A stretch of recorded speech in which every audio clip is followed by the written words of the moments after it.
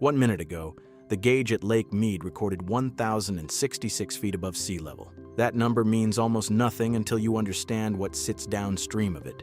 2.3 million people, hundreds of miles of pipeline, and a desert city that has no business existing where it does. Lake Mead is at 36% capacity.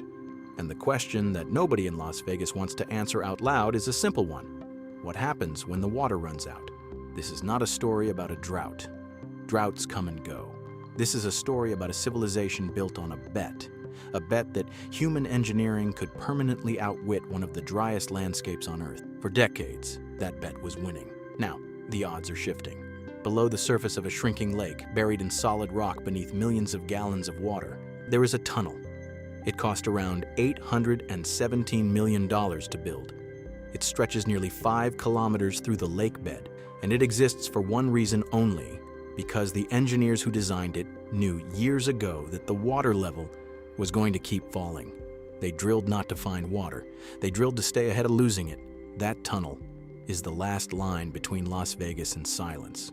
The story of how a major American city ended up drilling emergency infrastructure beneath a dying lake did not begin last year, or even last decade. It began the moment someone decided to build a city in the Mojave Desert, and it accelerated every single year that followed. Las Vegas sits in one of the driest places on Earth. Annual rainfall in the valley averages around 4 inches. For context, in the Sahara Desert, in its driest regions, receives similar amounts, though much of the desert sees even less. The city has no rivers running through it, no natural lakes, no significant groundwater reserve capable of sustaining millions of people. Before the 1970s, the valley was supplied by groundwater wells. That worked when fewer than 500,000 people lived there. By 1971, the population had already outpaced what the ground could provide. So the city turned to the Colorado River and to the vast reservoir that Hoover Dam had been holding back since it began filling in 1935. Lake Mead became Las Vegas's lifeline, not a secondary source, not a backup. The primary, nearly singular supply for everything the city needed to survive. Today, yet approximately 90% of Las Vegas's water comes directly from Lake Mead. That number has not meaningfully changed in decades, even as the city's population grew from less than 500,000 to more than 2.3 million people. For a long time, the system worked. The Colorado River replenished the reservoir, engineering kept pace with demand, and the desert city kept growing. Hotels, suburbs, golf courses, fountains, in a place where none of those things should exist. But somewhere around the year 2000, something began to change. The drought that scientists now call the Western Megadrought began quietly. A dry year followed by another dry year. Snowpack in the Rocky Mountains, DME4, the primary source of Colorado River flow, came in below average, then below that. Lake Mead began to fall. Not dramatically at first, gradually, measurably. Year after year, the white bathtub ring of mineral deposits on the canyon walls grew taller, marking exactly how far the water had retreated. By 2022, the Bureau of Reclamation had seen enough. They had declared a Tier 1 shortage, the first in the Colorado River's managed history, in August of 2021, and mandatory cuts took effect the following year. Across the Southwest, farmers fallowed fields. Cities began tracking their consumption with new urgency. And the engineers at the Southern Nevada Water Authority had already completed the most audacious infrastructure project in the region's modern history. To understand what the Third Straw Tunnel actually is, you have to understand the intake system that existed before it.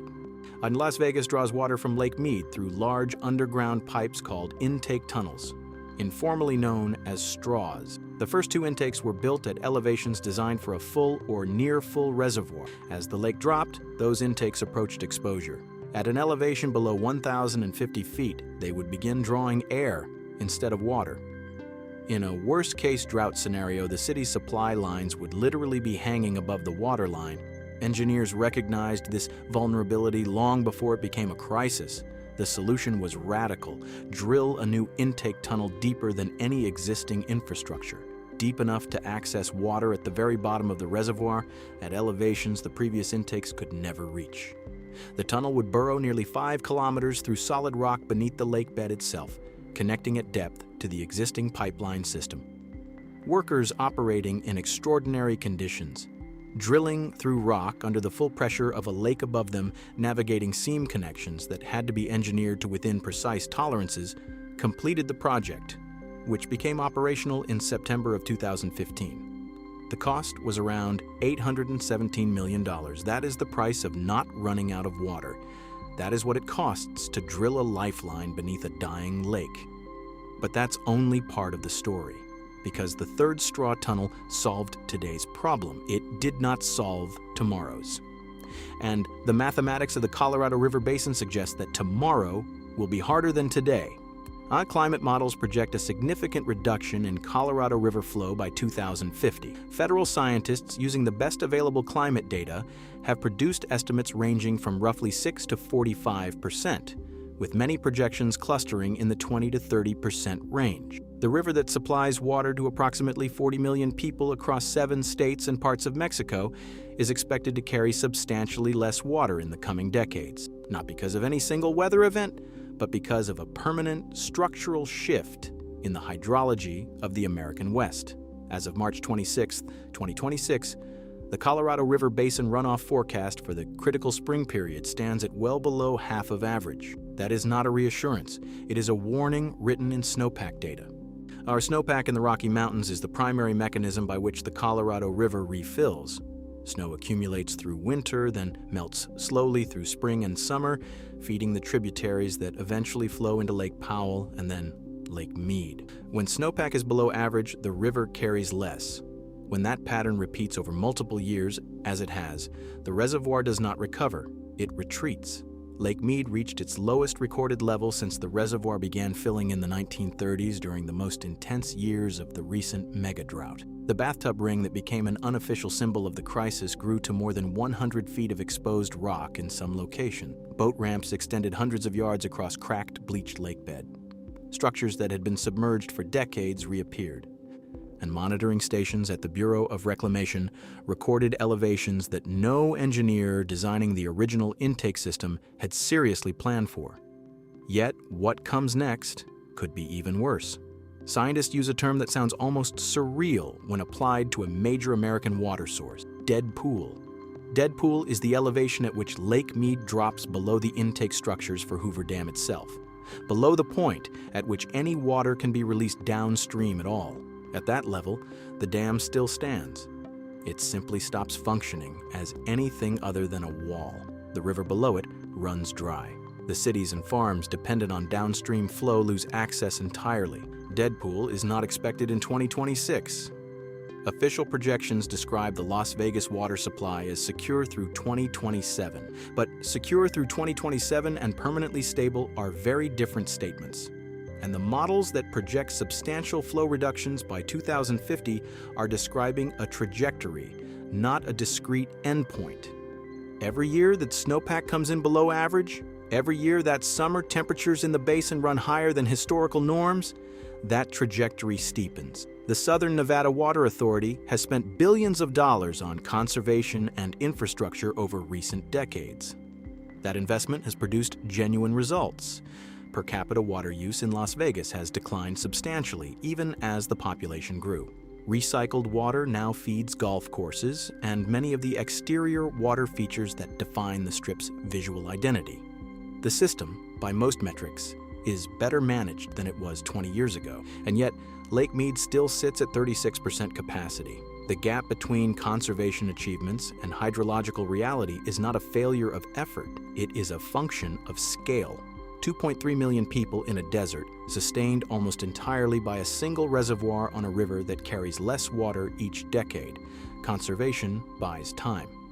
It does not change the underlying equation. Historically, the question of whether a desert city could sustain itself at this scale was not seriously asked because the answer seemed obvious and the infrastructure seemed permanent.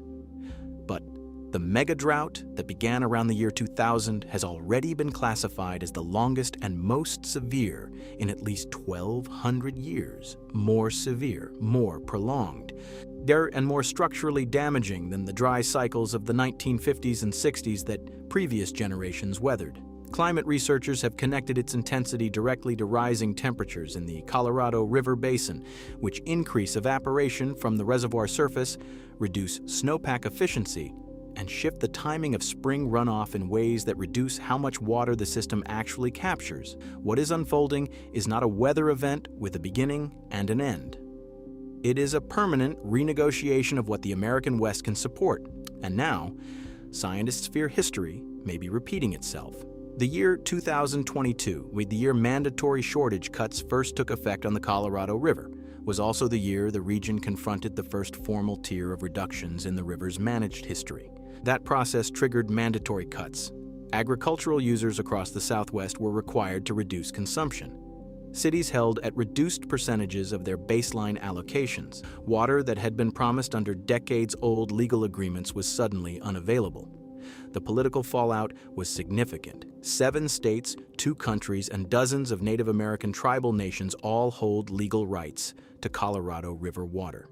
The total volume of those rights exceeds the actual average flow of the river, a structural miscalculation baked into agreements signed in a historically wet period in the early 20th century that was never representative of the river's long-term average. The law of the river, as it is known, allocated a resource based on a measurement that turned out to be optimistic by design.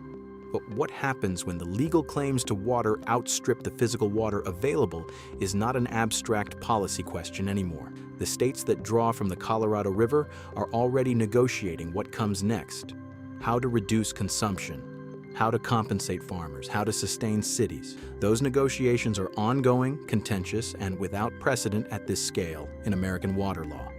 Las Vegas is at the center of that negotiation, not because it is the largest consumer. Agriculture uses far more of the Colorado River than cities do, but because it is the most visible symbol of the paradox at the heart of Western water policy.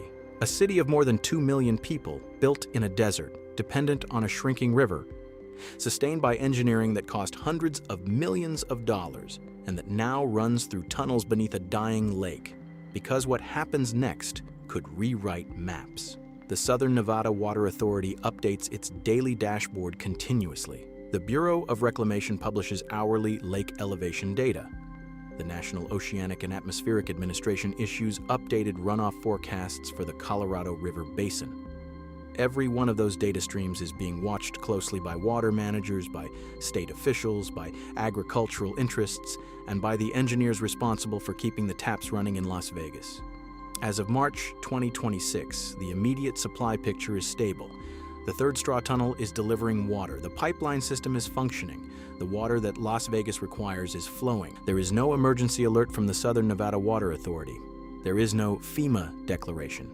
The lights in the casinos are still on, and the water in the fountains is still running, nearly all of it recycled. But stability in 2026 is not the same as security in 2035, or 2045, or 2050. And the models that project substantial flow reductions by the midpoint of this century are not warnings issued in isolation. They sit alongside observed data, observed snowpack trends, observed temperature increases, observed evaporation rates that already confirm the direction of travel. The engineers who built the third straw tunnel understood something that the city's founders did not or could not have imagined. They understood that the water level would keep falling. They designed for a future they could see coming. They drilled beneath the lake bed not because the crisis had arrived, but because they could calculate with reasonable precision when it would. The question now is whether the next generation of planners can do the same, whether they can design for a Colorado River that carries significantly less water than it does today, in a basin that holds 40 million people, in a world where the temperatures driving that reduction are not expected to reverse. The Deadpool scenario, at the level at which Hoover Dam ceases to function as a water delivery system, remains a distant calculation, not an imminent event. But it is a calculation that federal scientists are running. It is monitored. It has a number attached to it. And every year that the snowpack comes in below average, every year that the summer heat over the Mojave and the Rockies runs above historical norms, that number moves from the far edge of the probability curve toward the center. Lake Mead is at 36% today. The tunnel beneath it is working. The water is flowing. 2.3 million people in the desert are, for now, safe. But the bathtub ring on the canyon walls is still there. The white mineral stain, etched into stone at elevations the water once reached and has not returned to, is still visible from the highway. It does not fade. It does not wash away. It simply records, in geological terms, exactly how far things have already fallen and offers no opinion at all on how much further they have left to go.